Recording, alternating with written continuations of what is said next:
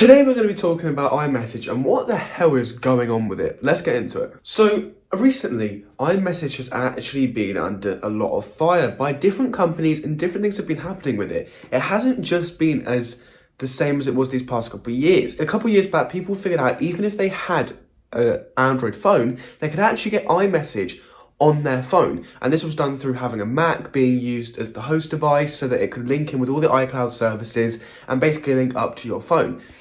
Then a couple years later, this year, we had Nothing come out with a product that basically allowed you to sign in to your iCloud, and then it would sign in that iCloud device on a Mac in a server far away. Now, this was a recent change, and Nothing ended up not going through with it because Apple adopted RCS instead. There was another company called Beeper Mini, which found a way to get iMessage without having to sign into any devices whatsoever in a warehouse somewhere else on a Mac. It could all be done locally, and it could all be done through an exploit they found in iOS's code. And Beeper thought that this was going to be impossible for Apple to break, and 3 days ago, Apple managed to find a way to break it, so this is no longer available on your Android phone. I'm sorry, people that wanted to try this. And basically, this company found a way that they could get iMessage to work without needing a computer. This was a really big deal, and a lot of people were really enjoying the service. It was $1.99 a month, and they could basically use it just as if they had an iPhone. Now, this got stopped by Apple. They found a way to stop it, but the company did say that Apple would find it difficult to stop it, and it would basically brick all of the older phones that were on iOS before it. But Apple managed to find a way to do this without bricking any phones from the past. So Apple clearly had a way to find the exploit and patch it without destroying all of the other phones. Now, the reason why this is a big deal is because the EU were trying to pressure Apple into giving iMessage services up.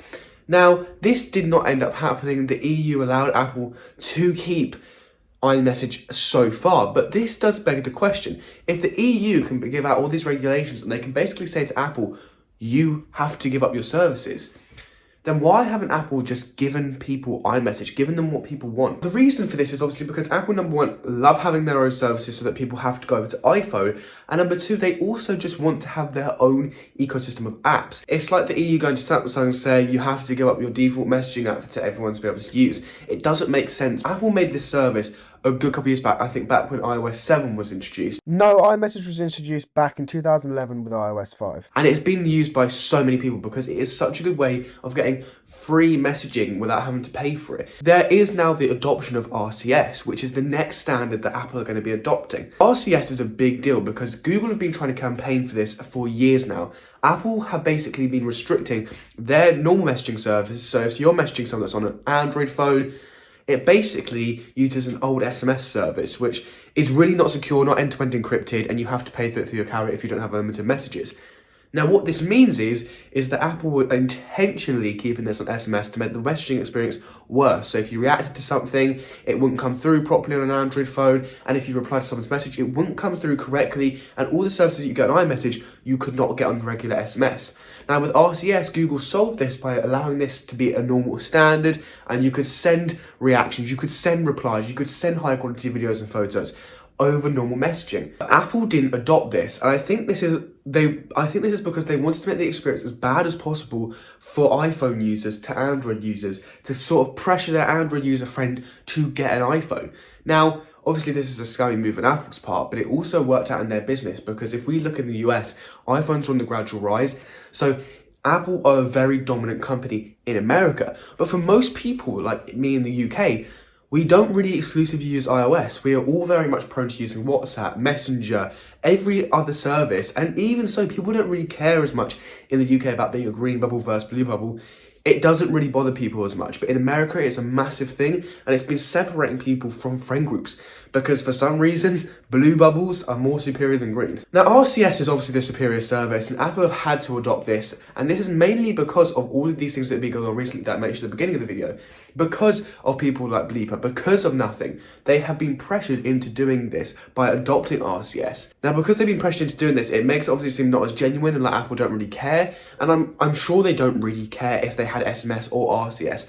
But for a company that's always innovating, it does make sense for them to go to RCS, have that new standard so that messaging across all devices is equal, because it doesn't make sense that I can message someone on my iPhone, from iPhone to iPhone, it can be a better experience than someone on an Android phone, when there is literally a service that means that I can message people easier and a lot better. So it does make sense that Apple should adopt this, and I think that it's a really good thing that it's happening. Do I agree with Apple leaving it this long? No, I really do not. I think that Apple should have adopted this straight away when it happened, just because it makes texting people, everyone, like older people, the older generation tend to have Android phones because they're just simpler, they're cheaper, and it just makes more sense for some of those people because they can get a cheaper phone that has limited features, that doesn't need everything that an iPhone's got. But it makes it more hassle to message between like their younger generation that have got iPhones. So I'm just glad that Apple have finally adopted this, because because last year Tim Cook said to people that if their friend is on an Android phone, they should go out and buy them an iPhone to solve that RCS issue. Not to make it personal, but I can't send my mom certain videos, or she can't send me certain videos. And so we leave Buy your mom an iPhone. All right. Now, obviously, this is really not a good look on the company, and it was honestly a shock to people when he came out and said this, because everyone wants to be able to message each other equally. No one wants to be having to faff around with switching between different apps, switching between green bubble, blue bubble, not being able to send high quality pictures. It just doesn't make sense. If we can have an ecosystem that works fluidly and we can all message each other equally, it makes so much more sense. Now, what does this mean for you? This does mean that people that are messaging between Android and iPhone are going to notice a different experience. Now, it doesn't mean that your bubble's going to change. I doubt Apple are going to change the bubbles to be blue bubbles. But it does mean that we're going to have more fluid messaging, and the people that are on Android aren't going to be getting bullied for not having an iPhone. It doesn't really make much sense that this should be happening, and I'm glad that Apple are finally adopting this. Now, it also does mean that if you're in a group chat, the group chat isn't going to be absolutely tanked. You're going to be able to send reactions, high quality videos, high quality photos, reply to messages easier. It's just an overall better standard than the one we've had for over 3 decades now. It is absolutely ridiculous that Apple have adopted this sooner, and I am excited for this. Do I think that Apple should have to give up iMessage to Android competitors? No, I don't think so, and this is the reason why. Apple have made this service, they've coded it, it's for their devices. Now, on Android, it worked absolutely fine. And if Apple really wanted to do this, I reckon that they should do this before the EU either force them, or if they're going to do it, charge people maybe just the same amount, maybe undercut, maybe £1 a month, just so that people aren't trying to use these weird exploits to get around it, because Apple aren't going to like that people are exploiting iOS and exploiting the code just to be able to use iMessage. It makes more sense if they're a security company, they would give the service to people so they're not having to use weird, dodgy methods of getting iMessage. I wouldn't be right, iMessage is not going to go anywhere on iPhone, so it's going to stay exactly the same for everyone that already has an iPhone. But for people that are on Android, this is a big deal, RCS coming to iPhone. It means that you're finally going to be able to have group chats with people on iMessage, and it finally means you're going to be able to send high quality videos and reactions and everything over to your iPhone friends. So yeah, if you are looking forward to these features, please do drop a like and a subscribe. It's been Harry, I'm out. Peace.